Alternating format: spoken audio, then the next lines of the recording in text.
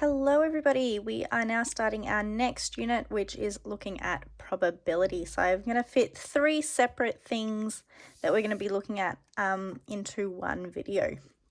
So we're going to start off today by looking at what is the language of probability. There's going to be a whole lot of new vocab words that you guys are going to need to know. And hopefully by the end of this session, we'll be able to define the key terms that we are using when we are talking about probability. So we all know that probability is referring to chance. Okay, so the chance or the likelihood of a certain thing happening.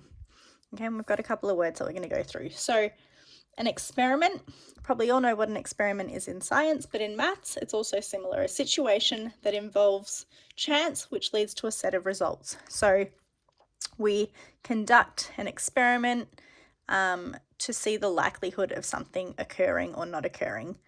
A trial is a process by which can be repeated to produce results. So a trial is how many times you repeat that same experiment. An outcome is the result of your experiment. So all the possible results, what the answers could possibly be. An event is a single or collective outcome. So there might be many events in a single experiment. Okay. Sample space is a set of all possible outcomes, so all of your possible results. And the complement of an event is all outcomes that are not the event that we're talking about. All right, let's talk about this in terms of an example. So say I've got a dice and I'm going to roll the dice. So my experiment is the chance of getting a 2 if I roll the die 20 times. Okay, so my trials, if I'm rolling the dice 20 times, that means my trial is 20 trials. The outcome is all of my possible results. So we're looking at how many times I get a 2 compared to how many times I do not roll a 2. Or you could possibly write down all of the numbers that you do roll. The event is a single or collective outcome. So the event that we're looking at is being able to roll a 2 or not being able to roll a 2. A sample space is a set of all the possible outcomes. So in terms of rolling a dice, all the possible outcomes that I can have, if it's a 6-sided dice, are 1, 2, 3, 4, 5, or 6. If I am tossing a coin, my sample space is my possible outcome. So if I'm tossing a coin, I can get heads or tails. The complement of event is all outcomes that are not the event. So if our event that we were talking about before is rolling a 2, the complement is not rolling a 2. So the complement would be rolling a 1, 3, 4, 5, or 6. So when we're talking about probabilities, we are talking about them written between a scale of 0 and 1. Okay, so they can be a decimal, they can be a fraction, or they can be a percentage. Where if we have a probability or a chance of 0, that means my event is impossible. It's not going to occur. It has 0% chance of occurring. If I have that probability of being a 1, that means my event is 100% going to occur. It is certain. And then we can have the middle. Okay, so the middle is 50-50. It's equally likely to occur. So if it falls between 0 and 0.5, we say that it's unlikely. Whereas if it falls between 0.5 and 1, or 50% and 100%, we say that it's very likely.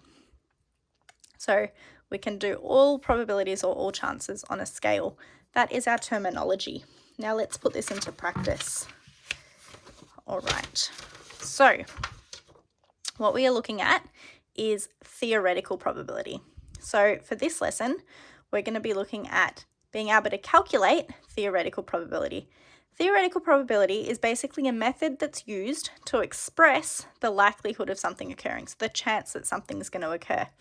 And we have a formula that we use. So the probability of an event happening, that's what we're trying to calculate. The way that we calculate that is we say the number of ways that it can happen, divide it by, remember this is a fraction, divide it by the total number of outcomes that I have. So we'll go through an example. So here I have, what is the chance of rolling a 4 with a die? So say I have a 6-sided die. The chance of rolling a 4. How many 4s do I have on a 6-sided die? I've got 1. So the way that we note this is I can say the probability of me rolling a 4. So we use PR to represent probability. And then in brackets, we write down what we're finding the probability of.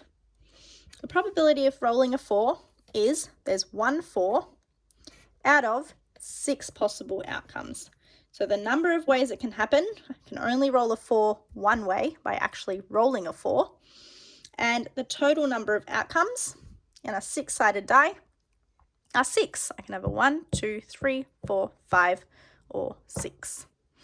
Okay, so the chance of rolling a 4 with a die is 1 out of 6, and we can leave that as our answer. Over here, the letters in the word prince, P-R-I-N-C-E, are written on separate cards, and one is chosen at random. So we're going to imagine that we've got separate cards. One's got a P, R, I, N, C, E, and they're all jumbled up, and I'm going to randomly select one of those cards. All right, so one is selected at random. We need to list the sample space. So remember, the sample space is your set of all of your possible outcomes. So my sample space would be P, I could choose a R, I could choose a I, I could choose an N, I could choose a C, I could choose an E. Okay, so all of my possibilities. We're being asked to find the probability of selecting an N. What is the probability of selecting an N? How many N's are there? There is one N. Okay, so it's going to be 1. Okay, the number of ways it can happen one way over the total number of outcomes. My total number of outcomes are 1, 2, 3, 4, 5, 6. It's going to be 1 over 6. Okay, my next question.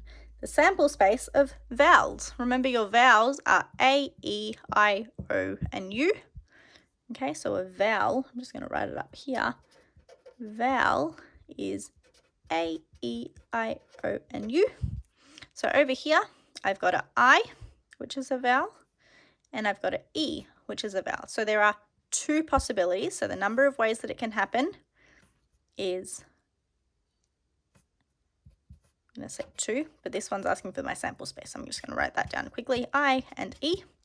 We just skipped ahead. The probability of a vowel. Okay, so there's 2 ways that it can happen out of 1, 2, 3, 4, 5, 6 total outcomes. 2 out of 6, I can leave it like that, or I can simplify my fraction. If I simplify it, it's going to be 1 out of 3, or 1 over 3. The probability of complement of a vowel. So remember, complement is not the event. So if the event that we're talking about is a vowel, the complement of a vowel is what is not a vowel. So the ones that are not vowels, we've got a P, an R, an N, and a C. So that is 1, 2, 3, 4. So I've got 4 out of my total, which is 6. Okay, and again, I can simplify that. 4 out of 6 is the same as 2/3. And what you're going to notice is if you add the probability of the event and the probability of the complement of the event, you will get 1. So 1/3 plus 2/3 equals 1 whole. Okay, so they should add up to each other. That is what we call theoretical probability. Okay, so expressing the likelihood that something is going to occur. We're now going to look at our last one, which is experimental probability.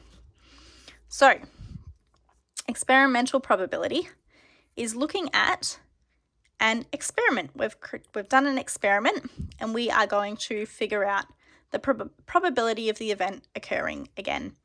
So, to do this, we do the number of times the event occurs divided by the total number of trials in an experiment. So it's easier to work through an example for this kind of thing. So we're going to go through an example. Okay, so a number of red, white, and orange marbles are placed in a jar. So you're going to imagine a jar, okay, and in that jar I have a whole heap of marbles. Some of them are red, some of them are orange, and some of them are white. A marble is taken out, its color noted, and the marble is replaced. So I take a marble out, I look at what color it is, write it down, and then I put my marble back. The results are shown in the table. So a person did this experiment, and this is what they found. So they found this many red marbles, this many white marbles, and this many orange marbles. We are remembering that in notation, when we write something like this, that's a 1, 2, 3, 4. But then for our fifth one in our tally, we draw a line through it. So anything that looks like this is 5. Okay, so in terms of red, we have 5 plus 3, which is 8. In terms of white, we have 5 plus 5, which is 10, plus 2, which is 12. And in orange, we have 5 plus 5, which is 10. So it makes it a little bit easier to convert your tally and write it down as a number. Okay, so what is the experimental probability of a red marble being chosen next? Okay, so what we do is we look at the number of times the event occurs. The number of times that a red marble was chosen is 8. So we're going to say 8 over the total number of trials in the experiment. The total number of trials that were conducted in this experiment, we're going to add them up. So 8 plus 12 is 20. 20 plus 10 is 30. Got 8 out of 30, and we can simplify that. So if I half both of those numbers, I get 4 out of 15. Next one. What is the experimental probability of a red or white marble being chosen? So we're going to look at red or white. Okay, so red and white combined, 8 plus 12 is 20. Okay, because that's our number of times that event occurs, over the total number of trials in the experiment. The total number of trials, 8 plus 12 was 30.